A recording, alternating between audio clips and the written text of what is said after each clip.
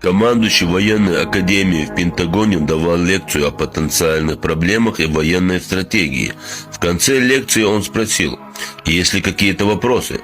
Один из офицеров встал и спросил, будет ли Третья мировая война и примет ли США в ней участие. Генерал ответил положительно на оба вопроса.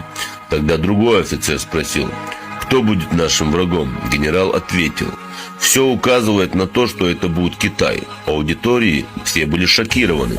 Третий офицер добавил, генерал, но у нас армия 1,5 миллиона по сравнению с 10-миллионной армией китайцев. Разве мы сможем выиграть войну с таким перевесом числа противников? Генерал ответил, в современной войне не количество солдат определяет победу, а качество и умение использовать армейские возможности. И яркий пример мы видели в России. В 90-х годах слабо вооруженная армия чеченцев успехом противостояла российской армии, которая, кстати, в сотни раз превышала по численности и техническому вооружению формирование чеченцев. После короткой паузы один из офицеров встал и крикнул, а у нас достаточно чеченцев?